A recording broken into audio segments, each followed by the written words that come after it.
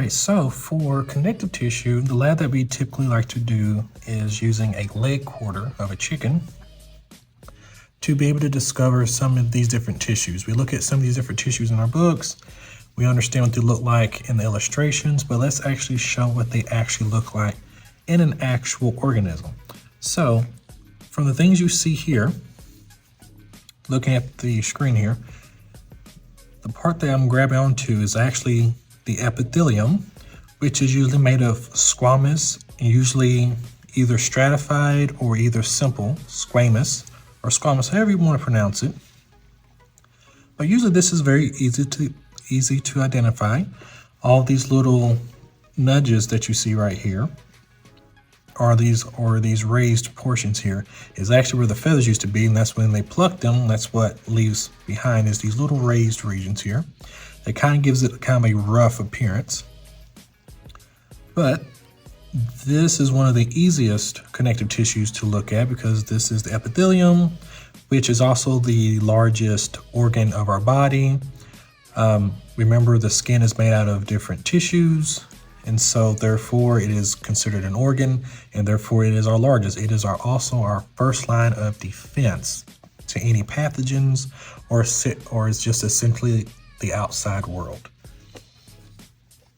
So let's take this off.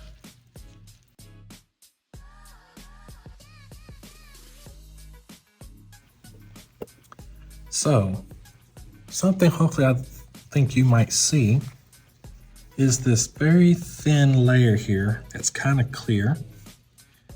This is referred to as the areolar tissue. So this is going to be a very thin connective tissue made of some very loose collagen fibers that's going to help connect the skin to the muscle tissue. So this very thin that you might can see right here, this very thin layer is actually areolar tissue. And hopefully you can get a better glimpse of that very thin layer that separates the skin from the muscle tissue. So let's continue cutting this off. So here would be our skin or our epithelium. And underneath here, you can actually see that there are some blood vessels that are running in between here. And maybe I can get a good glimpse of that areolar tissue that I'm pulling off right there. So I'm gonna put that to the side over here. That's gonna be our epithelium. All right, so let's see if I can pull off some areolar tissue.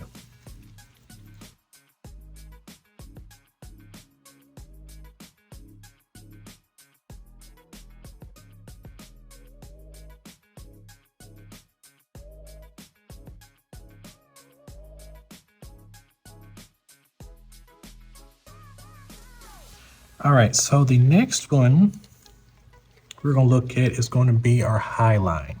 So if you look, hyaline is going to be found at the epiphyses of bones. This is what's going to give that smooth structure. Also, one of the defining factors of, or identifiers of hyaline is that they looks very glassy or smooth or glossy wise. So if I take my scalpel here and run across here, it's very, very, very smooth and it's very shiny. That is going to be our hyaline connective tissue. Moving on, now I can get a good piece of it. This yellow substance right here is going to be our adipose tissue. So adipose is also another word for fat tissue. And this is usually stored energy, the stuff that kind of sticks to us after Thanksgiving each year. This is that, you can always identify it as being kind of this bubbly kind of yellow looking material. And so you can always easily identify adipose tissue because it is yellow, but it's also very abundant. You can find it just about around each organ or in between each different layer. Honestly, you can also find this within the bone tissue itself. This is also what's responsible for broth. So anytime you think of chicken broth, it's actually the boiling of chicken, which allows for the heat to essentially break down the adipose cells and turn into a lipid or a liquid lipid. And that's what's actually coming from, that's what actually makes chicken stock. So all this right here is adipose tissue. So we can get a good sample of this and put it to the side. And that is going to be our adipose tissue. So as of now, we have epithelium, we have areolar, and we have adipose. Now let's take a look of, let's see if I can get some of this. Here's some more of that areolar tissue. I'm gonna set that to the side. It tends to be very, very, very sticky. There we go.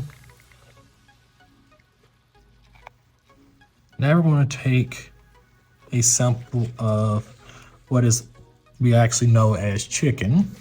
However, do understand that that is actual muscle tissue. So any meat that we eat is actually muscle tissue. So that is actually this pink substance that you're seeing right here, this big muscle right here.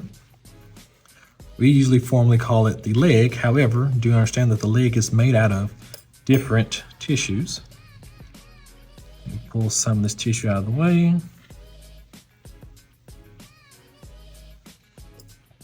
So let's take a sample of that. So a leg quarter is actually is composed of the thigh and the actual leg.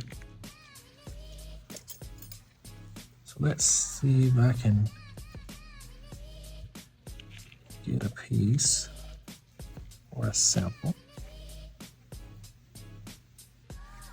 And that is going to be our muscle tissue. Let's see if we can get a bigger piece.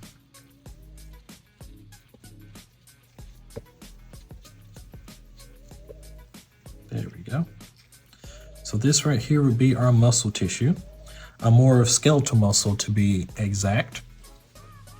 So the next thing we need to look for would be dense, regular connective tissue, which you can always find dense, regular connective tissue in, or it's essentially the ligaments or the tendons.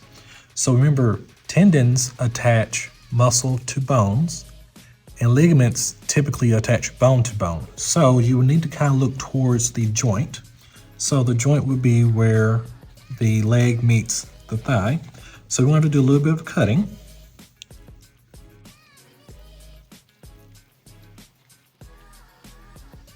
All right, so we have one here. If you take a look at this white band right here, so this connective tissue is dense, regular connective tissue. So this is a tendon. So if you look here, here's a muscle, and you look where it's attached to, it's also attached to another muscle. So this little white band right here, usually if you ever cook chicken breast, usually we try to remove this, but this is actually a tendon. So this is a muscle, and then this is connecting it to another muscle. So let's see if we can get this snipped out. Usually tendons are dense, so they're a little bit harder to cut. This one came out really nicely, and we're going to leave it attached to the muscle here.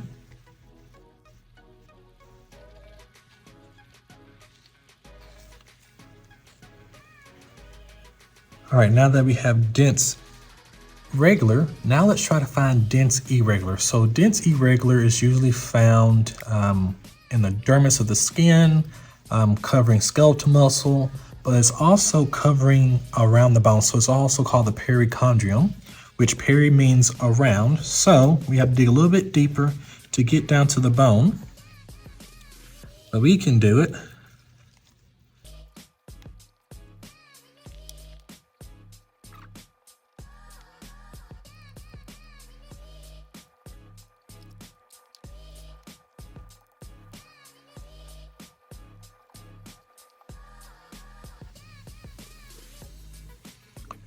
Okay, so now we've gotten down to the bone. And so hopefully you can see this very thin layer. I'm gonna clean some more off of here.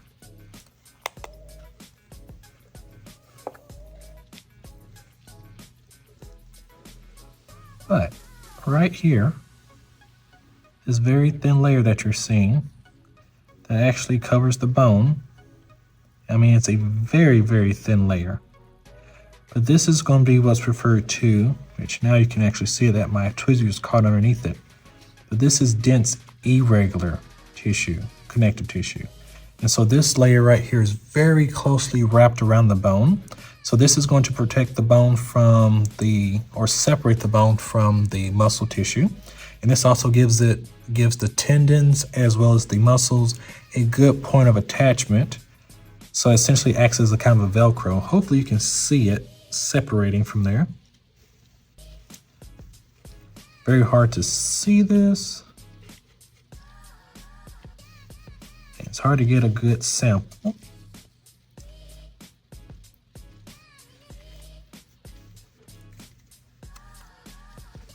So we're going to take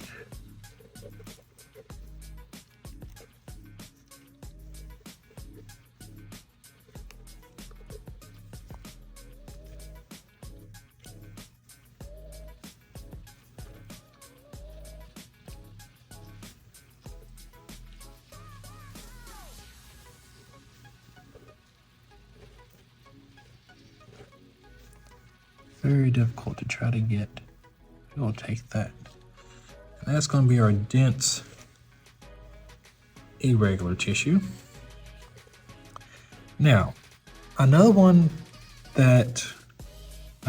cartilage that is also a connective tissue is fibrocartilage. However, fibrocartilage is typically found in the vertebrae of the back, or the cartilage that's in our spine. Fortunately, this cut of chicken actually still has its spine. And hopefully you can see the spine right in here. So,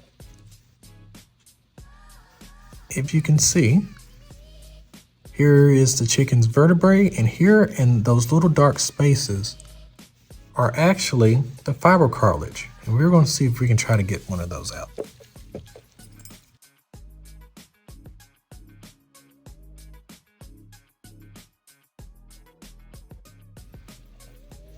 So here is a piece of vertebrae.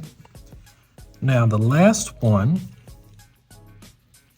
is going to be blood. Now, blood is typically produced in the epiphyses of long bones. So the femur, which is the leg of the chicken, just like we have a femur, they have one as well. This is what we're actually eating on.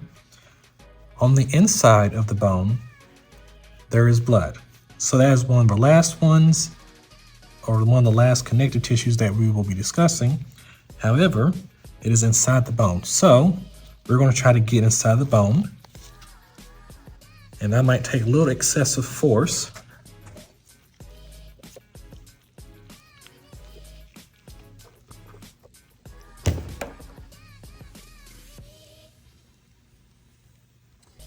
So if we look here,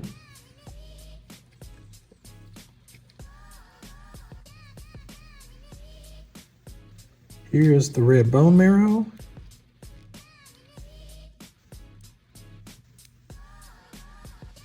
And this would be our last of our connective tissue. So this would be our blood.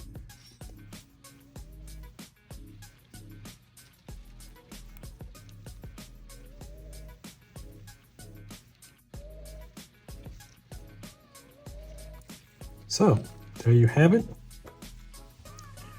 These are good majority of the connective tissue. So we have epithelium, areolar, adipose, muscle or skeletal tissue, dense regular connective tissue, dense irregular connective tissue, fibrocartilage, blood, and of course we have our bone. All right, so that wraps up for our connective tissue dissection.